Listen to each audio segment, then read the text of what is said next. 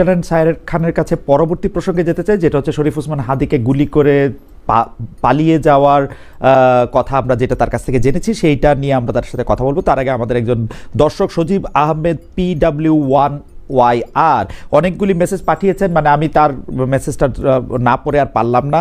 তিনি লিখেছেন, আমি তাকে কোট করছি, পিনাকিকে আনার সাহস আছে খালেদের? আপনি পারলে উনাকে এনে এসব প্রশ্ন করেন।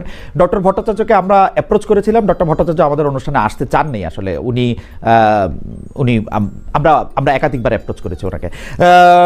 জনাব জুলকারনাইন সায়ের খান, আমি আপনার কাছে যে প্রশ্নটি করতে চাই যে শরীফ ওসমান হাদিকে শুক্রবার দিন সেই গুলি করার পর, যদিও মানে কি বলে জানি ভিন্ন দিকের গোলার্ধে থাকা আমরা মানে আমি ঠিক এটি সময় মতো জানি নাই, কিন্তু তারপর থেকে যখনই জেনেছি পুরোটা রাত ধরে আমি আপনাকে আসলে ফলো করছিলাম যে আপনি প্রথম সিসিটিভি ফুটেজ থেকে শুরু করে তারা আসলে কোন জায়গায় আছেন, কোন জায়গা থেকে পালাতে চেষ্টা করছেন কিনা ক্রমাগতভাবে স্ট্যাটাস দিয়ে গেছেন।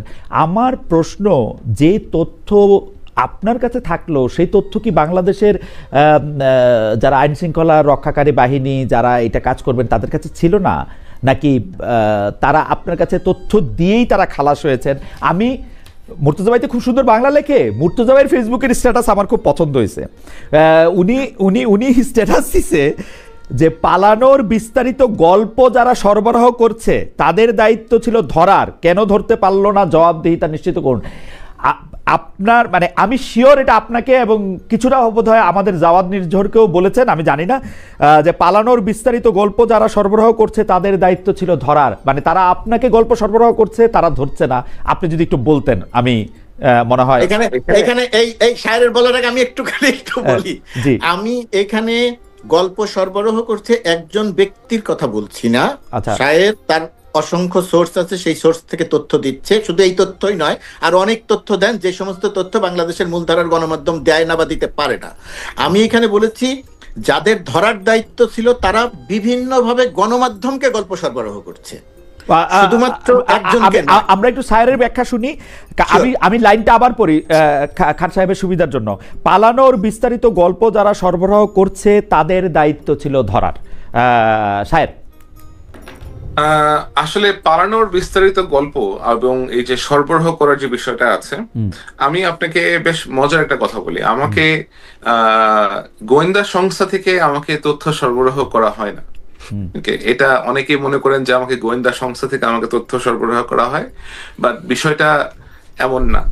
আগে আমার গোয়েন্দা সংস্থাতে প্রচুর সোর্স ছিল, এখনো গোয়েন্দা সংস্থাতে প্রচুর সোর্স আছে, এবং আমার যখন কোথাও কোনো প্রয়োজন হয় কোনো তথ্য জানার জন্য, আমি তাদেরকে রিচ আউট করি, তাদেরকে রিকোয়েস্ট করি যে এই বিষয়ে কোনো ইনফরমেশন জানার সুযোগ আছে কিনা, অথবা তারা যদি মনে করেন যে তারা কোনো কিছু একটা পলিটিক্যাল কারণে করতে পারছেন না, they do share with me sometimes যে হ্যাঁ এটাকে এভাবে করলে হয়তো বেটার হয়।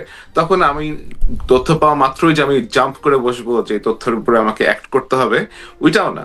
নর্মালি কোনো তথ্য পেলে আমাকে ওইটা ভেরিফাই করতে হয়, আমাকে এটা কয়েকটা সোর্সের মাধ্যমে আমাকে ওটা যাচাই করতে হয়। তো আমি কোনো তথ্য পেলাম, সেটাকে আমি ভেরিফাই করব না করেই আমি জাম্প করব যে এটাই হচ্ছে কনক্লুশন। ব্যাপারটা এরকম আমি করি না, এটা আমার পক্ষে করা সম্ভব না। এটা হচ্ছে একটা ক্লারিফিকেশন। সেকেন্ড হচ্ছে তাহলে যদি আপনি আমার ইয়াটা একটু বলতেন যে মানে আপনি যে তথ্যগুলি পাইতেছেন সেই তথ্যগুলি কি বাংলাদেশের যাদের ধরার কথা, এইটা দিয়ে আবার আমি যে তথ্যগুলো সেদিন পাচ্ছিলাম, এখন ইউ আন্ডারস্ট্যান্ড, আমরা যখন কাজ করি এই ধরনের অনুসন্ধানী সাংবাদিকতা নিয়ে, যখন আমরা কাজ করতে হয়, আমাদেরকে বিভিন্ন ধরনের মানুষের সাথে পরিচয় রাখতে হয়, বিভিন্ন ধরনের লোকজনের সাথে আমাদের পরিচয় থাকে। এই লোকদের মধ্যে কেউ হয়তো হতে পারে পুলিশের অফিসার, কেউ হয়তো হতে পারে আপনার আন্ডারওয়ার্ল্ডের সাথে রিলেটেড এরকম কোনো লোকজন, কেউ হয়তো হতে পারে আপনার অন্য কোনো পলিটিক্যাল পার্টির লোকজন, কেউ হয়তো সরকারের ভেতরের কোনো লোকজন, নট নেসেসারিলি যে ইন্টেলিজেন্সের লোকজন অথবা সিকিউরিটি ফোর্সের লোকজনই দিচ্ছে। এখন হয়তো এখানে এমন লোকজন আছেন যাদের পক্ষে এই তথ্যের ভিত্তিতে অ্যাক্ট করা সম্ভব হচ্ছে না। এবং আমার জন্য এই ছেলেটাকে চিনতে সময় লেগেছে কমপক্ষে হলো 4 থেকে 5 ঘন্টা। এবং এই তথ্য আমার কাছে বিভিন্ন মাধ্যমে আসছিল, ধরেন তার বন্ধুরা কেউ আসছিল, তার সাথে পড়াশোনা করেছে এরকম কেউ আসছিল। এই ছেলে আপনার বেসিসের মেম্বার ছিল, সে মোস্তফা জব্বার যিনি ছিল তার কাছ থেকে পুরস্কার নিয়েছে। এবং ওই যে আইটি সোসাইটি আপনার বেসিসের যে একটা সোসাইটি আছে, ওই সোসাইটির ভেতরের লোকজন আমাকে রিচ আউট করেছে যে আমরা এই ছেলেটাকে চিনতে পারতেছি, এই ছেলেটা হচ্ছে এই এটা। স্যার আপনি কিছু মনে করলে আপনার একটা কথা বলি, আপনি তো একজন মানুষ, বাংলাদেশের ডজন খানেক গোয়েন্দা সংস্থা আছে যাদের এই কাজগুলি রুটিন অনুযায়ী করার কথা। মানে জুমার নামাজের পরে উনি ব্যাটারি চালিত রিক্সা করে উনি যাচ্ছেন, একটা মোটরসাইকেলে করে ওনাকে গুলি করে দেওয়া হচ্ছে, সেইটা সিসিটিভির ফুটেজে দেখা যাচ্ছে। তারপরে কাজগুলি তো রুটিন, সেটা ক্রিমিনোলজিতেও পড়ানো হয়, সেটা যে কোনো কিছুতে পড়ানো হয়েছে। তারা যে গোয়েন্দা সংস্থা, এই নামটা গোয়েন্দা লাগাইতে হইলেও তাদের এগুলি পড়তে হয়েছে না। এখানে খালেদ ভাই, আমি আপনাকে একটা জিনিস একটু বলি যে এই ঘটনাটা যেটা ঘটে এটা খুবই খুবই আনপ্রেসিডেন্টেড এবং খুবই সাডেন একটা ইনসিডেন্ট। হ্যাঁ, এটার জন্য কেউই আসলে আপনার পরবর্তী আমি তার নিরাপত্তার কথা বলছি না, পরবর্তী পদক্ষেপ একটা ফ্রাইডেতে, এটা হয়েছে একটা ছুটির দিনে। এবং আমরা যখন এখন ইউ আন্ডারস্ট্যান্ড সরকারি সংস্থা এবং সরকারি যারা কাজকর্ম করে তাদেরকে তো একটা হায়ারার্কি মেনটেন করতে হয়, তাদের প্রসেস আছে, তাদের প্রসেস ফ্লো ফলো করতে হয়। আমার কাছে যখন কোনো কিছু আসে, আমার তো ধরেন আরো 10টা হ্যান্ড আছে, আরো 20টা হ্যান্ড আছে, আমি হয়তো বিভিন্ন হ্যান্ডের মাধ্যমে রান করে আমি চেক করে যে এটা আসলে কি হচ্ছে অ্যাকচুয়ালি এখানে, আমি অ্যাসেস করে দেন আই রান ইট। তো আমার ক্ষেত্রে বিষয়টা যেমন, তাদের ক্ষেত্রে হয়তো বিষয়টা ওরকম না। হ্যাঁ, অফকোর্স এই ছেলেটাকে যখন 7 ঘন্টা, আমরা 5 ঘন্টা পরে যখন জানা গেছে যে এই ছেলেটা অ্যাকচুয়ালি কে, তখন by that time he has pretty much left the country. কারণ আমি যেটা শুরু থেকে বলে এসেছি যে এটা খুবই একটা কোঅর্ডিনেটেড মুভমেন্ট এবং খুবই কোঅর্ডিনেটেডলি তারা এই আক্রমণটা করেছে। এই ছেলেটাকে অনেকদিন ধরে ফলো করা হয়েছে, এরা এর ভেতরে প্রবেশ করেছে এবং এদেরকে প্রপারলি দেশ থেকে আপনার আরেক দিকে এক্সিট করে দেওয়ার জন্য একটা দল আছে।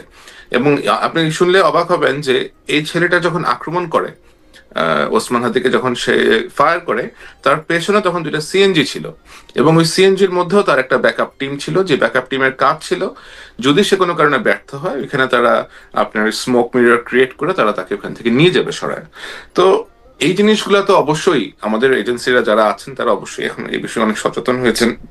I hope they are working on it on a very serious scale. আমি যেটা শুনতে পাচ্ছি, they are very serious about it. তো এরকম একটা ঘটনা আশা করি তারা ভবিষ্যতে আর যেন না ঘটে, এটা ঘটাতে তারা সর্বোচ্চ অবস্থা নেবে। আমি শুধু ভবিষ্যতের ক্ষেত্রের আগে আমি শুধু 2টা জিনিস একটু ক্লিয়ার হতে চাই। একটা জিনিস হচ্ছে অ্যাটেম্প টু মার্ডারের ক্ষেত্রে আমি যতদূর জানি, যেই থানার জুরিসডিকশনে পড়বে তাদের কাউরে জিজ্ঞেস করতে হয় না। হোমিসাইডের ক্ষেত্রে কাউরে জিজ্ঞেস করতে হয় না প্রসিডিং শুরু করতে। এবং শুক্র শনিবার ঈদের দিন, পূজার দিন, এর কোনো কিছু আসলে যারা কোনো একটা হত্যা বা হত্যা প্রচেষ্টার ক্ষেত্রে যারা দায়িত্বে থাকেন তাদের ক্ষেত্রে এটার কোনো এক্সকিউজ নাই। কিন্তু আমরা দেখছি যে নড়তে চড়তে উপদেষ্টারা এসে একটা কথা বলতে, এবং সেই কথাও মানে অর্ধেক মিনিংলেস। ইন্টারেস্টিং ব্যাপার হচ্ছে আপনি কিন্তু দায়ী করছেন উপদেষ্টা, মানে বাঘের উপরে টাগ তাকে, সেইখানে আপনি বলছেন স্বরাষ্ট্র মন্ত্রণালয়ের স্বরাষ্ট্র উপদেষ্টার নিয়ন্ত্রণে নাই। মানে অ্যাপারেন্টলি আমরা রিভেন উইঙ্কেলের নাম কাইটা ডক্টর মোহাম্মদ ইউনূস লিখতে দেখবো, আসলে সত্যি কথা, যিনি ঘুমায় থাকেন এবং যিনি কিছু চোখে দেখেন না। কারণ হচ্ছে আপনি লিখতেছেন এখানে আমি আপনাকে একটা জিনিস বলি খালেদ ভাই, এখানে আমাকে একটু সময় দেন, আমি একটু বুঝিয়ে বলি। যেটা বেসিক্যালি হয়েছে, যেটা আমি কালকেও একটা জায়গা থেকে বলছিলাম, যে সরকারের ভেতরে কিছু সরকার, মুর্তজা ভাই যেমন বলছিলেন যে এখানে অনেকগুলা উইং আছে, অনেকগুলো ইন্টারেস্ট পার্টি আছে এটার ভেতরে। এটা খুবই সত্যি কথা যে সরকারের ভেতরে যেহেতু বিভিন্ন জায়গা থেকে সমন্বয় করে লোকজন এখানে এনে জড়ো করে একটা সরকার পরিচালনার অবস্থা করা হয়েছে, এখানে বিভিন্ন মতের বিভিন্ন আদর্শের লোকজন এখানে আছেন এবং এর মধ্যে এমন কিছু লোকজন আছেন যারা হয়তো কোনো মতাদর্শের না, তাদেরকে জাস্ট নেওয়াই হয়েছে সামনে আপনার কুমিরের বাচ্চার মতো প্রেজেন্ট করার জন্য। এরকম 3 থেকে 4 জন উপদেষ্টা আছেন এবং আপনি দেখবেন যে পৃথিবীর যত কিছু হয়, যে সরকারের হয়তো একটা চেয়ার ভেঙে গেছে, ওই উপদেষ্টার দোষ। কোথাও হয়তো কোনো আপনার বিদেশে কোনো একটা শ্রমিক পা পিছলা পড়ে গেছে, সেটাও আরেক উপদেষ্টার দোষ। কোথাও এক যাত্রা পালানে কোথাও কোনো কিছু একটা হচ্ছে, সেটাও হচ্ছে আরেক উপদেষ্টার দোষ। সুতরাং এই যে ধরেন আপনার উপদেষ্টারা যে কিছু লোকজনকে স্কেপবোর্ড হিসেবে তারা নিয়ে আসছে এখানে আপনার অন্যদেরকে আড়াল করার জন্য, এটা একটা বাজে প্রয়াস আর কি। তো এটার অংশ হিসেবে আমি আপনাকে বলবো যে একটু হোল্ড করবেন প্লিজ, একটু হোল্ড করেন। সরি জি জি, আপনি আপনি কন্টিনিউ করেন, এবার ঠিক আছে। It's alright, sorry like I was just having a phone call.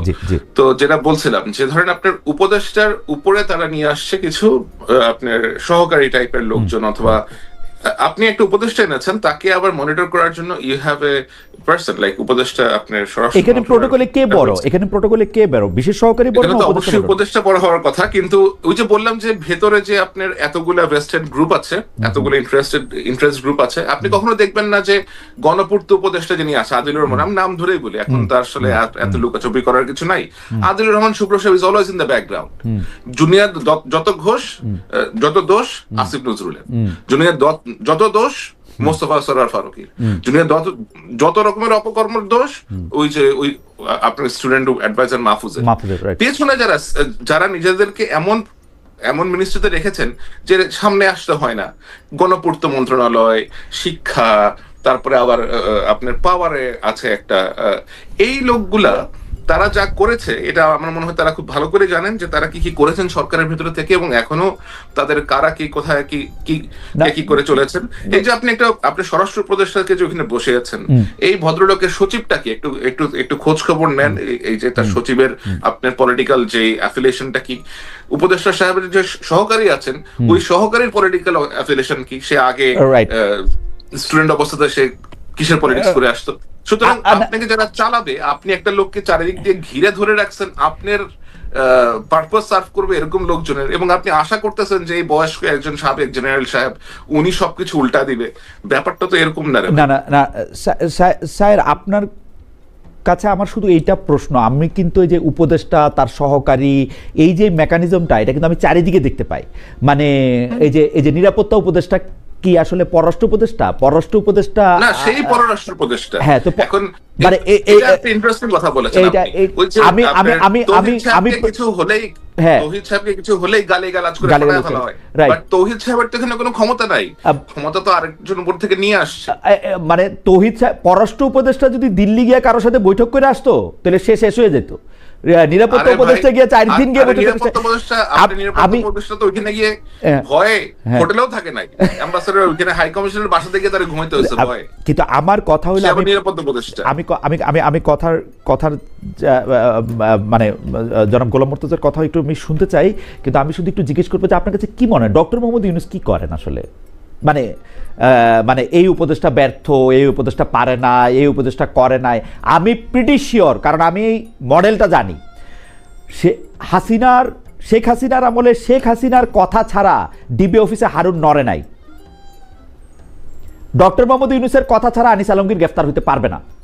Doctor Mohammad ইউনূসের কথা ছাড়া এই হাদির মৃত্যুর পরে এই গোয়েন্দা সংস্থাগুলি যে মুভ করে নাই বা করছে কিনা, যে জবাবদিহি চাইতেছে, এটা ডক্টর মোহাম্মদ ইউনূসের দায়, উনি অ্যাক্ট করে নাই। আপনি কি মনে করেন এই রুটিন চেঞ্জ হয়েছে প্রাইম মিনিস্টারের কার্যালয় থেকে ডিবি অফিসে বা ঢাকার কমিশনারের কবে যে এটা মুভ করো তারপর আর মুভ করবে? আপনি কি মনে হয় এটা চেঞ্জ হয়েছে? আপনার গোয়েন্দা সংস্থাগুলো কি আসলে এখন ফাংশনাল অবস্থায় আছে? আপনি কি জানেন যে তারা ফাংশনাল অবস্থায় আছে কিনা, অথবা তাদের যে অ্যাক্টিভিটিস সাধারণভাবে যে তারা অ্যাক্টিভিটিস করা দরকার, তাদের অ্যাক্টিভিটিস গুলো করতে আপনার যে ধরনের কোঅপারেশন লাগে সে ধরনের কোঅপারেশন কি তারা পাচ্ছে? বলেন তো আমাকে। এটাও কোঅপারেশন না তো সরকার প্রধান তো তাদেরকে এনাবলি করতেছেন না, অথবা যখন তার কাছে খারাপ লাগতেছে যে আনিস আলমগীরকে ধরে নিয়ে আসো যাও, একদম হাসিনা মডেল। আমি এইটা এখনো বলবো, আমি জনাব গোলাম মুর্তজার কাছে শুনতে চাইবো। জনাব গোলাম মুর্তজা, আমাদের দর্শকরা বলতেছেন যে ইয়েস খালেদ, মানে আমাদের দর্শকদের মধ্যে একজন তৌসিফ রহমান 88552 উনি বলতেছেন yes Khaled look you coward, তারপরে উনি বাস্টার্ড বলছেন, তারপরে বলছেন তুষারের Masud Kamal should also be in jail. ভাই আমারও জেলে নেন, আমি যে বাংলাদেশে যাবো ফেব্রুয়ারিতে, আমারও জেল দেন। সিরিয়াসলি, মানে আপনারা জেলে দিয়ে দেন। গোলাম মুর্তজা ভাই, আপনার কাছ থেকে একটু আমি শুনতে চাইবো যে এই আসলে এই উপদেষ্টা পরিষদের এই এই এই এই এই জিনিসটা কি। আমি আরেকটা একটু আমি পড়তে চাই যে তারেক রহমানের সাথে যোগাযোগ করা হয়েছে কিনা, একটু ভালো প্রশ্ন একটু ভালো জবাব দেই। আমি গত 5 বছর ধরে কন্টিনিউয়াসলি জনাব তারেক রহমান ইন্টারভিউ নেওয়ার চেষ্টা করে আসতেছি, লিখিত, মেইল, ফোন, কথা, সবকিছুতে উনি আমাকে ইন্টারভিউ দিয়েছেন, মানে দিবেন বলে সর্বশেষ কথা দিয়েছেন, মানে আই ডোন্ট নো।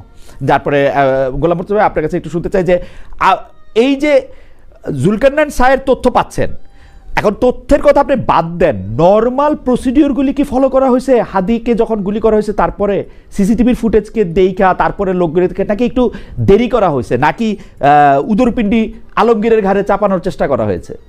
আপনি কি আমাকে একটু বলবেন যে এটা কি আসলে ইচ্ছা করে করা হয়েছে, কম করে করা হয়েছে, কি করা হয়েছে? ধন্যবাদ। এটা আমি যেটা বলতে চাই সেটা কিছুটা বলেছি। আপনি আমার যে ফেসবুক স্ট্যাটাসটার কথা বললেন, আমি সেখানে সরকারের অংশ হয়ে আমি তো সরকারের অংশ বলছি, আমি তো সরকারের খুব ছোট্ট একটা জায়গার খুব ক্ষুদ্র একটা অংশ, তো সেটা হয়ে সবগুলো জায়গাতে আমার পক্ষে মন্তব্য করা সম্ভব নয়। কিন্তু হাদিকে গুলি করার পরের থেকে জুলকারনাইন সাহেবের যে পোস্টের কথা বললেন, তিনি যেভাবে তথ্য সরবরাহ করেছেন, সেটা আমিও ফলো করেছি। এবং আমি যেটা বলেছি যে যারা গল্প সরবরাহ করছেন, আমি এটা কেন লিখেছিলাম, এইটা লিখেছিলাম হচ্ছে এই জায়গাটা থেকে যে আমি পুলিশের এক ধরনের বক্তব্য দেখছিলাম, আমাদের সীমান্ত রক্ষার দায়িত্বে যে বিজেপি, তাদেরও দায়িত্ব দেখছিলাম। আমি সাংবাদিকতার একটা সময়ে মোটামুটি ভাবে ঢাকার বা বাংলাদেশের আন্ডারওয়ার্ল্ডের খোঁজ খবর রাখতাম, এবং আন্ডারওয়ার্ল্ডের খোঁজ খবর রাখতে গিয়ে পেশাদার খুনি থেকে শুরু করে আন্ডারওয়ার্ল্ডের টপ টেরর পর্যন্ত এদের সবার সঙ্গে, অনেকের সঙ্গে আমার খুব ঘনিষ্ঠ একটা যোগাযোগ তৈরি হয়েছিল। এদের অনেকে, যে শীর্ষ 23 সন্ত্রাসীর অনেকের সঙ্গে অনেকবার আমার দেখা হয়েছে, আমি দেখা করেছি।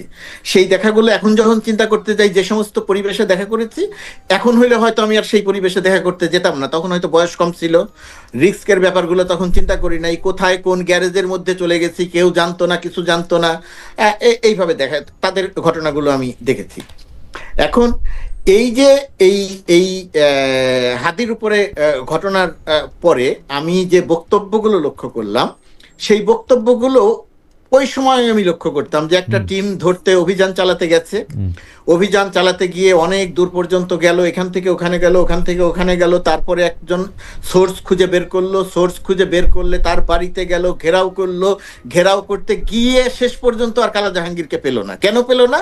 ঠিক তার 5 মিনিট আগে কালা জাহাঙ্গীর সেখান থেকে চলে গেছে। এই যে গল্প, এই গল্পটা আমি এই হাদির গুলি করার পরেও আরেকবার শুনলাম, এই ধরনের গল্প। আমার কাছে মনে হলো যে আমরা এখনো সেই পুরনো গল্পের মধ্যে আটকে আছি। ধরেন যে পুরনো গল্পের মধ্যে, শেষ করি খালেদ, আমি ভুলে যাব, সরি, আপনি শেষ করুন।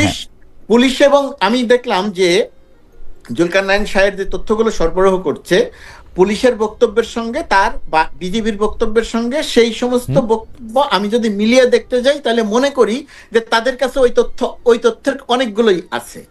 মানে পুলিশের সঙ্গে বিজেপির কথা হচ্ছিল, বিজেপি পুলিশকে সহায়তা করছিল, পুলিশ বিজেপিকে সহায়তা করছিল, এই রুট দিয়ে যেতে পালাতে পারে সেই বিষয়ে একটা সতর্কতা ছিল, কিন্তু বিজেপি শনাক্ত করলো এই 2 জন মানব পাচারকারী।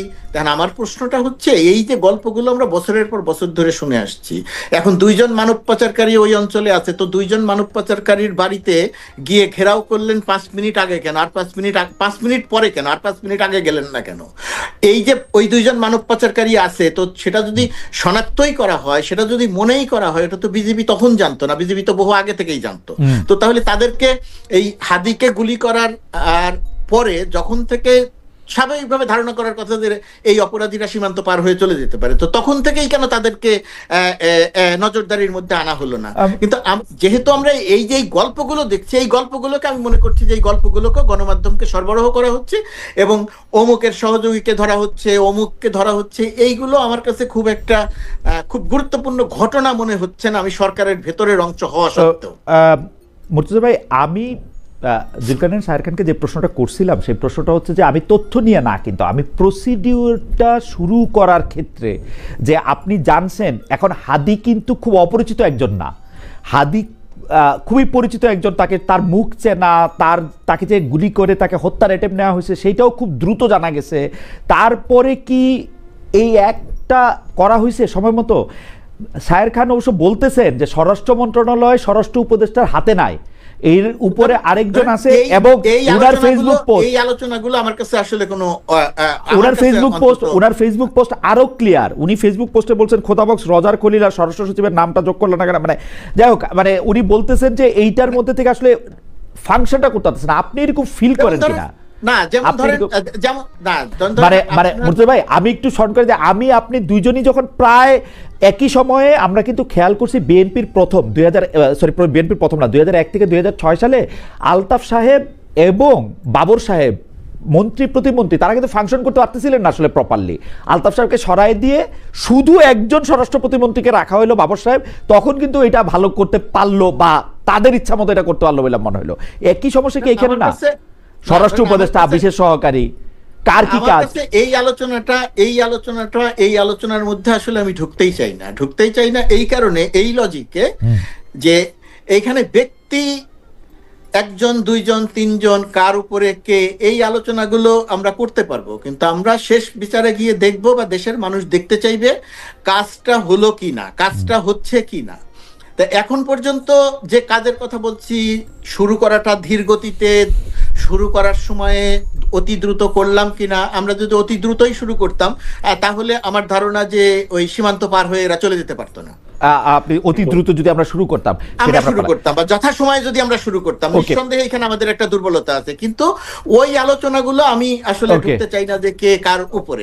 এখানে যে যার উপরে হোক, দায় শেষ পর্যন্ত গিয়ে সরকার যার উপরে মুর্তজা, আপনিও সরকারে আছেন, আমি আসলে জাস্ট এটা জানতে চাই, এইটা কি ডিফাইন করা আছে কার কোথায় দায়িত্ব? অর্থাৎ আমি প্রশ্নটা করি যে স্বরাষ্ট্র উপদেষ্টার দায়িত্ব হচ্ছে একটু, স্বরাষ্ট্র মন্ত্রণালয়ের দায়িত্বপ্রাপ্ত প্রধান উপদেষ্টার বিশেষ সহকারী দায়িত্ব, এটা কি ভাগ করা আছে? ডেফিনেটলি এটা ভাগ করা আছে। এখন প্রশ্ন মানে ক্লিয়ারলি ডিফাইন্ড, ওভারল্যাপিং নাই। এখন প্রশ্ন হচ্ছে ডেফিনেটলি ভাগ করা আছে, যার যার দায়িত্বের কথা তারা জানেন। এখন কে কোনটা করতে পারেন, কে কোনটা করতে পারেন না, সেটা ভেতরে যারা আছেন তারা বলতে পারবেন। এটা আমার অবস্থান থেকে সেটা বলা সম্ভব নয়। ওকে, আমি পরবর্তী প্রসঙ্গে যাইতে চাই। যদি জুলকারনাইন স্যার এই প্রসঙ্গে যদি কোনো মন্তব্য করার থাকে আপনি ছোট করে একটু মন্তব্য করতে পারেন, নাহলে আমি একটু পরবর্তী প্রসঙ্গে যাই। আচ্ছা, পরবর্তী প্রসঙ্গটা হচ্ছে আজকে বিজয় দিবস বলেই শুধু না, ডিসেম্বর মাস আসলে নানা ধরনের আলাপ আলোচনা আমরা শুনি, কিন্তু এইবারের ডিসেম্বর মাসটা অনেকখানি আলাদা।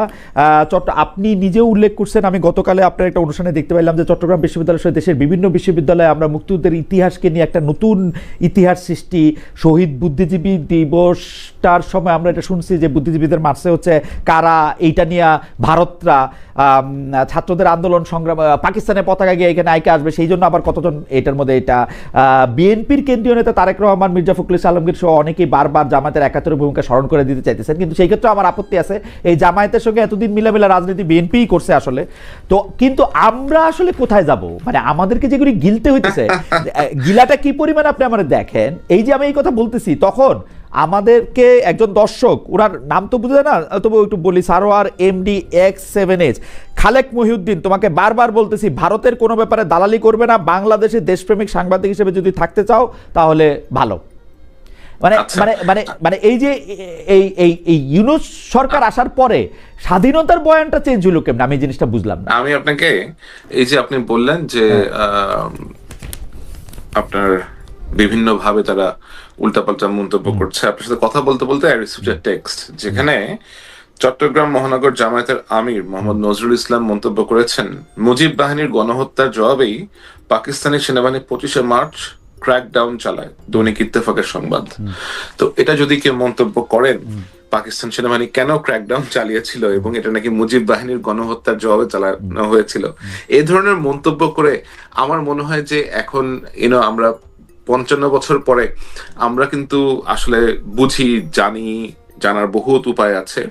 কিছু লোকজন হয়তো তাদের জানার সুযোগ কম, তারা হয়তো আপনার পড়াশোনার এত করতে পারেন নাই অথবা এত বেশি গবেষণার সুযোগ নাই, তারা they resort to YouTube, social media, এবং এখানে কিছু লোকজন জঘন্য প্রকৃতির লোকজন যা বলছে তারা সেখান থেকেই নেওয়ার চেষ্টা করছে। স্যার আপনি খেয়াল করেন, সরকারের একজন প্রেস মিনিস্টারের দায়িত্বপ্রাপ্ত ওয়াশিংটনে বাংলাদেশ দূতাবাসের প্রেস মিনিস্টার, উনিও যদি স্বাধীনতা নিয়ে একটা কথা বলেন, উনি আজকে সবুজ পাঞ্জাবি পরে আসছে, 50,000 গালি খাবে এই পাঞ্জাবি পরার জন্যই। মানে এবং এগুলিকে কি সরকার থেকে উৎসাহিত করা হয় কিনা এটা আমার একটু বুঝতে ইচ্ছা করে, কারণ আমি সরকার থেকে উৎসাহিত করা হয় কিনা আমি তো আপনাকে বললাম যে যেই ব্যক্তি বাংলাদেশের স্বাধীন আপনার বিজয় দিবসে নিয়ে কথা বলার মতো ধৃষ্টতা দেখায়, যে বলতে পারে যে আমি 16 ডিসেম্বর বিজয় দিবস মানি না, তাকে আপনি আবার সরকারি অনুষ্ঠানে দাওয়াত দেন কেন? যদি এটা হয়, যদি আপনি এদেরকে এনকারেজ না করে থাকেন, তাহলে why do you entertain these people in state ceremonies? এরা কিভাবে দেশের গুরুত্বপূর্ণ সভা মিটিং এ গিয়ে হাজির হয়ে যাচ্ছে? যে ব্যক্তি আমার বেসিকে স্বীকার করতেছে না, যে আমার অস্তিত্ব স্বীকার করার চেষ্টা করতেছে না, যে আমার অস্তিত্বকে প্রশ্নবিদ্ধ করার চেষ্টা করতেছে, সে কিভাবে আমার সরকার প্রধানের বাসভবনে অথবা সরকার প্রধানের কার্যালয়ে প্রবেশ করতে পারে? এটা তো আপনি আমাকে বলতে হবে। অ্যাবসলিউটলি। আমি জনাব গোলাম মুর্তজার কাছে এই প্রসঙ্গে আমার প্রশ্ন হচ্ছে, গতবারের মতো এইবারও বিজয় দিবসের কুচকাওয়াজ সরকার করে নাই। এই সরকার মানে মুর্তজা ভাই, এবং আজকে যেটা হয়েছে আমি যেটা দেখেছি যে জাম্প দিচ্ছে একটা ফানি ক্যারেক্টার আছে ওইখানে, আশিক নাম, এবং এটা সে আবার হাদির ছবি আঁকা হেলমেট সহ সে ওটা নিয়ে জাম্প করেছে, এবং সেনাবাহিনীর 54 জন লোক আছে ওইখানে, বাট সেই ঘুরে ফিরে দেখা যাচ্ছে যে চিফ অ্যাডভাইজার পেজ থেকে তার ছবি দেওয়া হচ্ছে, তাকে পোর্ট্রে করা হচ্ছে। কেন ভাই? সে তো ফৌজের কেউ না, সে কোনো একটা চান্সে সে ওখানে গিয়ে ঢুকে গেছে, তাকে পোর্ট্রে করতে হচ্ছে। যদি ইন্সপায়ার করার জন্য 16 ডিসেম্বরকে মনে রাখার জন্য একজন সিভিলিয়ান, যদি যেই সিভিলিয়ান আসলে মানে প্যারাট্রুপিং তো আসলে সিভিলিয়ানরা সাধারণত করে না, যেহেতু সিভিলিয়ান হিসেবে উনি করেন, সেইটা একটা মানে আমি খুব মানে এটাতে আমার খুব একটু আপত্তি আমি দেখি না আর কি, যে সিভিলিয়ান প্যারাট্রুপার তো আমরা আগে দেখি নাই আসলে সাধারণত, মানে অনন্ত জলিলের সিনেমা ছাড়া না মানে আমরা আমিও কখনো দেখি নাই। ও আচ্ছা, সেইটাও একটা কথা। আমি একটু গোলাম মুর্তজা ভাই আপনার কাছে একটু জানতে চাই যে বিজয় দিবসে কুচকাওয়াজ হয় নাই পরপর 2 বার, এটার কি কোনো রিজন আছে?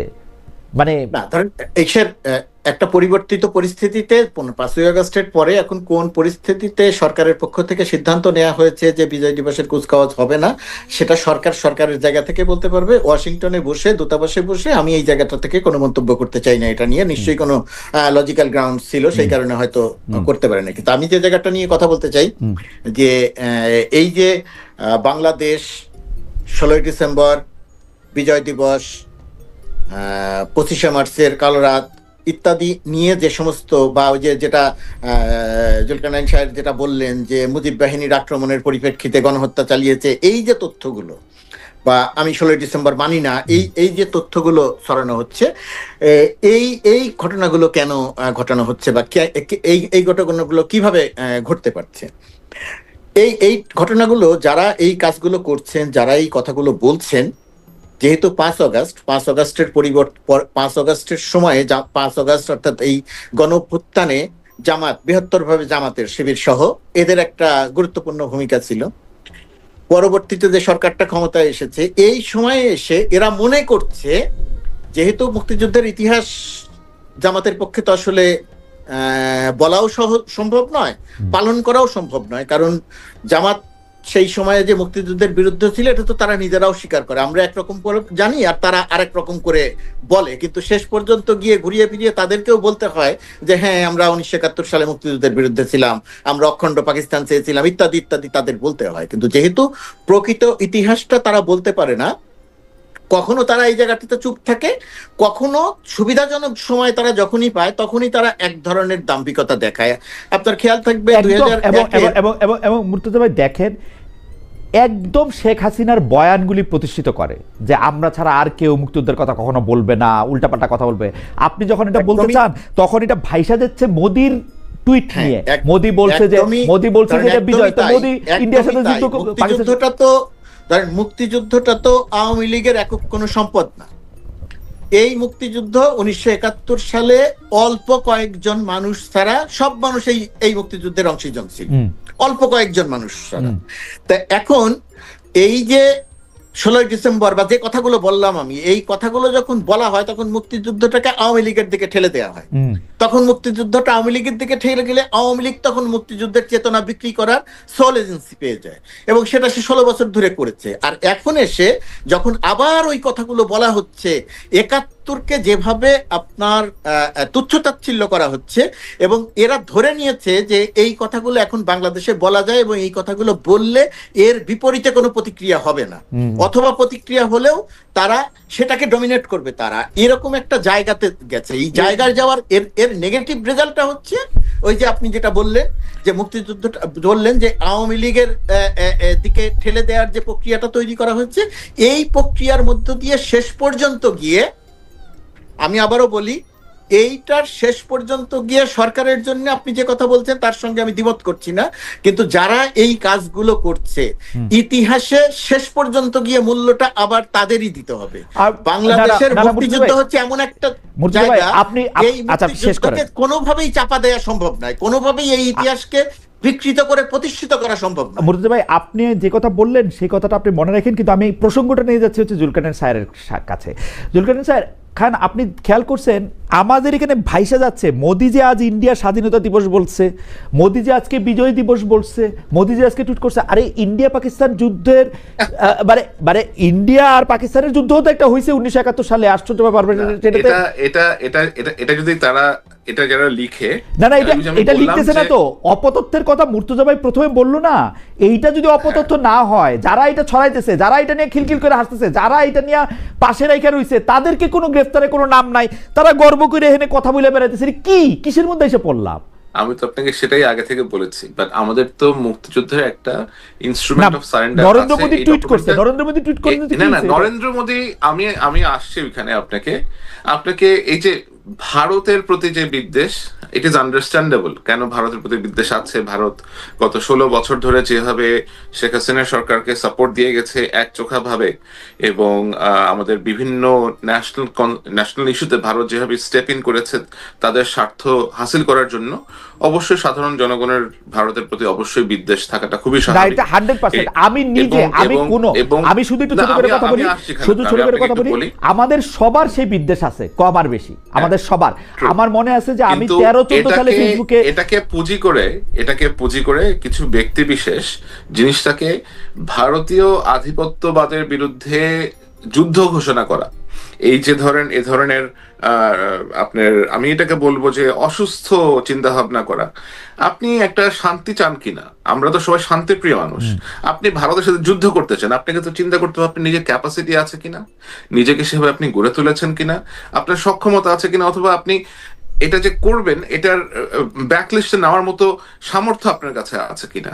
তো এগুলা আকৃত চিন্তা না করে এই ধরনের হাইলি পপুলিস্ট চিন্তা ভাবনা পেডেল করে যারা আপনার পাবলিক সিম্প্যাথি অথবা পাবলিক সাপোর্ট পাওয়ার চেষ্টা করে, এরা বেসিক্যালি একটা নিজস্ব চিন্তা, নিজস্ব একটা কিছু স্বার্থ সিদ্ধি উদ্ধারের জন্যই তারা এই কাজগুলো করে থাকে। ভারতের প্রধানমন্ত্রী নরেন্দ্র মোদী লিখেছেন যে বিজয় দিবস।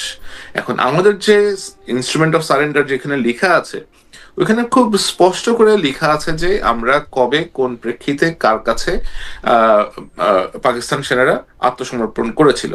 পাকিস্তানের সেনারা একটা রেগুলার সেনাবাহিনীর কাছে আত্মসমর্পণ করেছিল, দ্যাট ওয়াজ ইন্ডিয়ান আর্মি, যারা আমাদেরকে সাহায্যের জন্য দেশের ভিতরে প্রবেশ করেছিল। They had to give them guarantee that you will be treated as per the Geneva Convention. এই জেনেভা কনভেনশনটা আপনাকে এনশিওর করতে হবে যে এদের এত 91,000 ট্রুপস, এই 91,000 ট্রুপস যদি পাবলিকের ছেড়ে দেওয়া হতো, পিটায় মেরে ফেলতো ওদের অনেক। প্রিয় দর্শক, আসসালামু আলাইকুম, সবাইকে আজকের ভিডিওতে স্বাগতম। এই ভিডিওটি শেষ পর্যন্ত দেখছেন সেজন্য আপনাকে অনেক অনেক ধন্যবাদ। যেহেতু আপনি এই ভিডিওটি শেষ পর্যন্ত দেখছেন, তার মানে বাংলাদেশের রাজনীতি নিয়ে আপনি অনেক কিছু ভাবেন, অনেক কিছু শিখতে চান, অনেক কিছু জানতে চান। যদি বাংলাদেশের রাজনৈতিক প্রেক্ষাপট বদলাতে হয়, তাহলে বাংলাদেশের রাজনীতিতে ভালো মানুষদেরকে আমন্ত্রণ করতে হবে এবং ভালো মানুষদেরকে সাপোর্ট দিতে হবে। যদি আপনি ভালো মানুষদেরকে সাপোর্ট দেন, তাহলে বাংলাদেশের রাজনীতির প্রেক্ষাপট বদলে যাবে। প্রিয় দর্শক, আমাদের পরবর্তী প্রজন্মকে যদি একটি ভালো রাজনৈতিক প্ল্যাটফর্ম দিতে চাই আমরা, তাহলে আমাদেরকেই কাজ করতে হবে। আমাদেরকেই এই রাজনৈতিক প্ল্যাটফর্মটি সন্ত্রাসমুক্ত করতে হবে, চাঁদাবাজ মুক্ত করতে হবে, দখলবাজ টেন্ডারবাজ মুক্ত করতে হবে। আশা করি আপনি বুঝতে পারছেন। যদি আপনার কাছে মনে হয় যে আপনি আমাদের এই ভিডিওতে একটি কমেন্ট করলে কোনো সমস্যা হবে না, কারণ ফেসবুক থেকে যদি আপনি কমেন্ট করতে চান তাহলে আপনার আইডি চেক করা হবে এবং আপনার লোকেশন চেক করে আপনাকে একটি ঝামেলার মধ্যে ফেলতে পারে। কিন্তু আপনি যদি ইউটিউবের ভিডিওর কমেন্ট বক্সে কমেন্ট করেন, আপনার এখান থেকে কোনো প্রকার লোকেশন তো খুঁজে পাবেই না, এমনকি আপনার পরিচয়টিও খুঁজে পাবে না। তো আপনি নির্দ্বিধায় একটি কমেন্ট করতে পারেন। আমরা 5ই আগস্টের পর যেরকম একটি নতুন বাংলাদেশ চেয়েছি, আমরা কি আদৌ সেরকম বাংলাদেশ পেয়েছি? আপনি নিজের কাছে প্রশ্ন করেন। এবং বাংলাদেশের রাজনৈতিক প্রেক্ষাপট বদলানোর জন্য আমরা 5ই আগস্ট তৈরি করছি এবং 5ই আগস্টে হাজার হাজার ছেলে, হাজার হাজার ছাত্র, হাজার হাজার তরুণ, হাজার হাজার মানুষ জীবন দিয়েছে। প্রিয় দর্শক, আশা করি আপনি আমার কথাগুলি বুঝতে পারছেন। যাই হোক, আজকের মতো এখানেই শেষ করলাম। আবার দেখা হবে নতুন কোনো ভিডিওতে। সেই পর্যন্ত ভালো থাকবেন, সুস্থ থাকবেন। আর যারা যারা এখনও আমাদের এই চ্যানেলটিকে সাবস্ক্রাইব না করছেন, একটি সাবস্ক্রাইব করে দেবেন, যাতে করে পরবর্তী ভিডিও আপলোড করার সাথে সাথে আপনার কাছে একটি নোটিফিকেশন চলে যাবে, আপনি সবার আগে আমাদের এই ভিডিওটি দেখতে পারবেন।